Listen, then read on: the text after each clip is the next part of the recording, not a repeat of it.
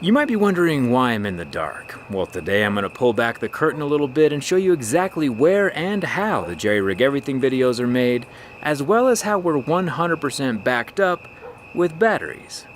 Let's get started.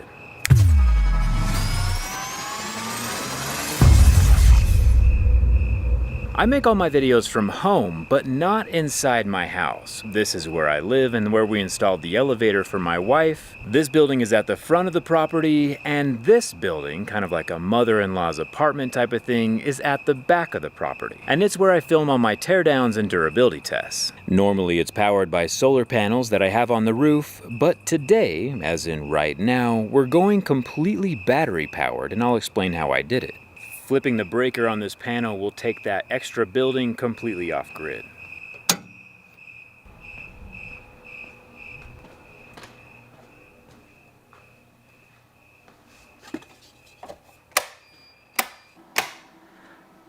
I'll explain how I wired all this up in a second. Before I show you around though, let's make some cookies.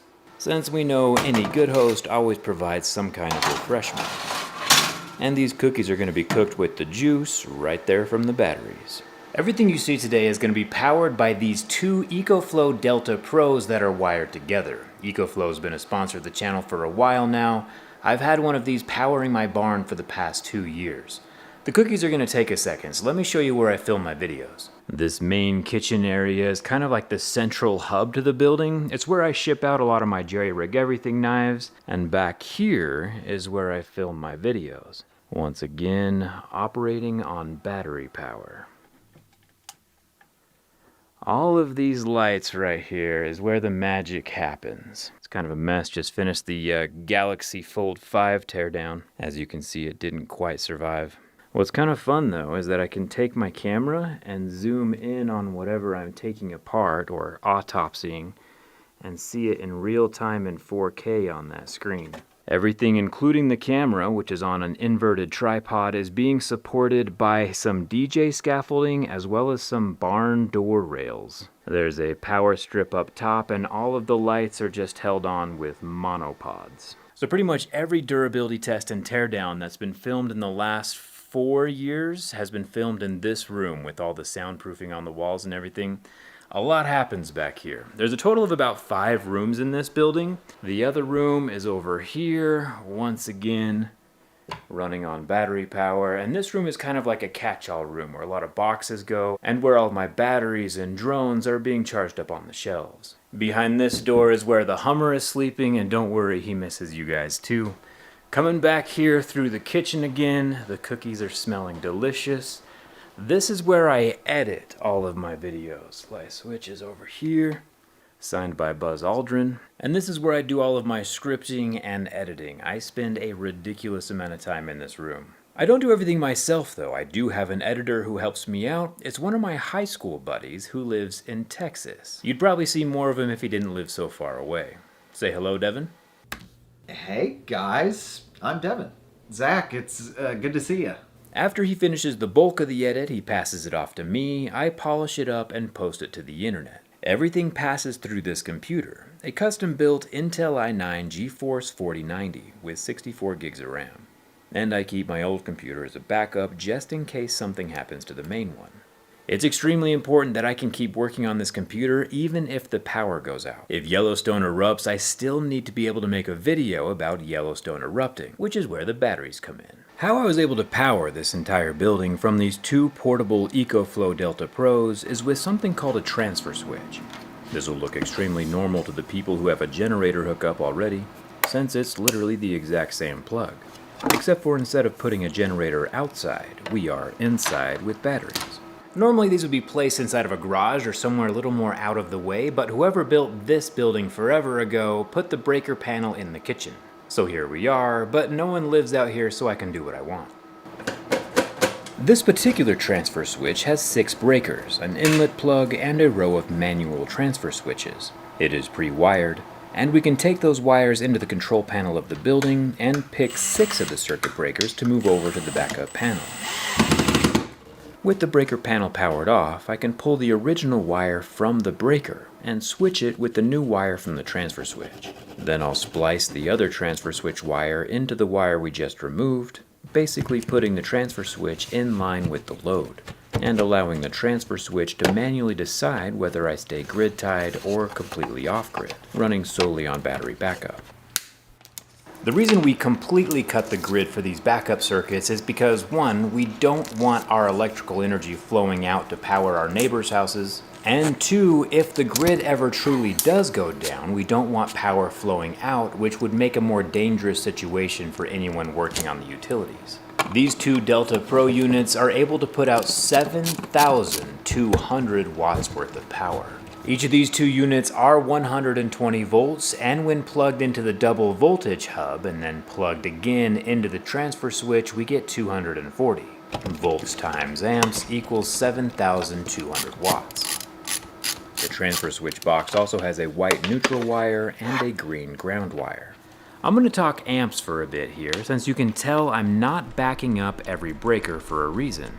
A lot of the breakers left in my panel are for huge appliances, like the oven, which runs at 50 amps.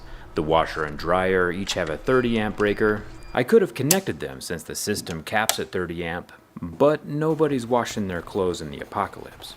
My super old air conditioner also has a 30 amp breaker, but if I really need AC, I can flip on the battery powered portable EcoFlow Wave 2, which can keep a room cool for about 8 hours. We also have an electric hot water heater running on a 60 amp breaker, and I could downsize all of these things, or buy an induction stove which has a whole lot less power draw, and then be able to back up everything everywhere all at once, but those aren't really my priorities at the moment. Take for example this first circuit which goes to my office computer, probably the most important thing in here. Normally power would come in through the grid, hit the breaker, and go off to my computer. However, now that we have the battery backup, power comes in through the grid, goes into the red wire, which comes over here to the transfer panel switch, and since it's on grid power, it comes back out through the black wire and then off to my computer. However, if we switch it to generator, which we haven't exactly connected yet, then it would take battery power instead, passing it out to my computer. And I can still bake all the cookies I want during an outage or an apocalypse with my countertop mounted unit. Speaking of which,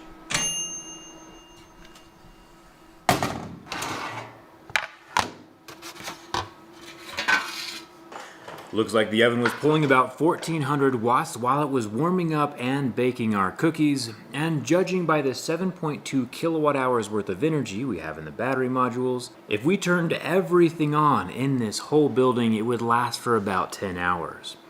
Or it's the equivalent of baking about 100 batches of cookies.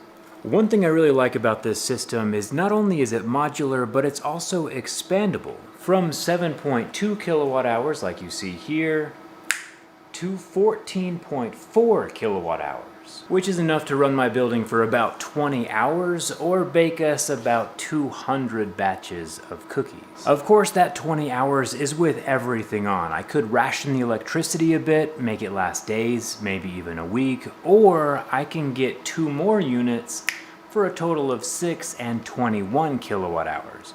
Now, I don't have those here, obviously. This is Photoshop, the power of editing. Thank you, Devin.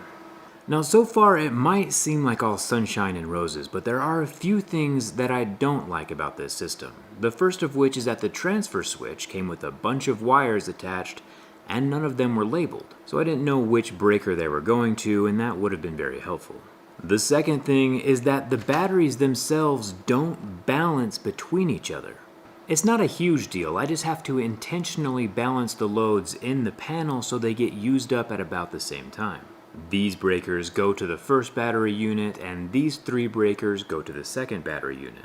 The expansion batteries do fill up the battery they're attached to, but one half doesn't balance the other half, and if one half runs out of juice first, the whole thing turns off. And finally, you might have noticed that I have solar panels on my roof. It's a grid-tied system with microinverters. So while these will indeed power the building while the sun is out and we're connected to the grid, once the grid turns off, my solar panels will not recharge this setup, unless I get up on my roof, disconnect the microinverters, and run the solar panels through a DC connection in the back. These units can each take up to 1600 watts worth of solar. Since they have internal inverters of their own, I have to disassemble my grid-tied solar and wire it up as an off-grid setup to work on these batteries. Very doable in an apocalyptic situation, but not something I can change easily back and forth. So for now, I'll stick to the portable solar panels, and maybe someday I'll do a dedicated array just for an off-grid situation.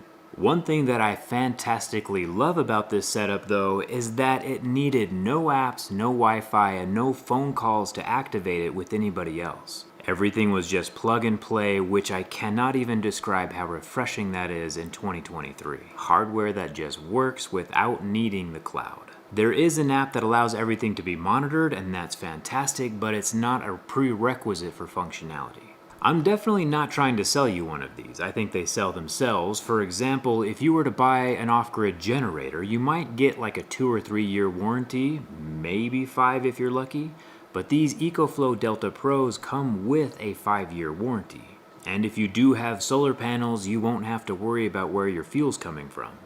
Plus, some battery backup systems also qualify for tax credits. It might be something worth looking into. I'm not an accountant or a tax guy though. Now JerryRigEverything can operate completely off-grid, and since these have wheels and handles of their own, I can take my grid with me wherever I go. I'll leave a link down in the description so you can check out the current pricing or get one for yourself. And thanks for hanging out with me for the last 11 years. If you're new here, hit that subscribe button to hang out with me for the next 11, and thanks a ton for watching. I'll see you around.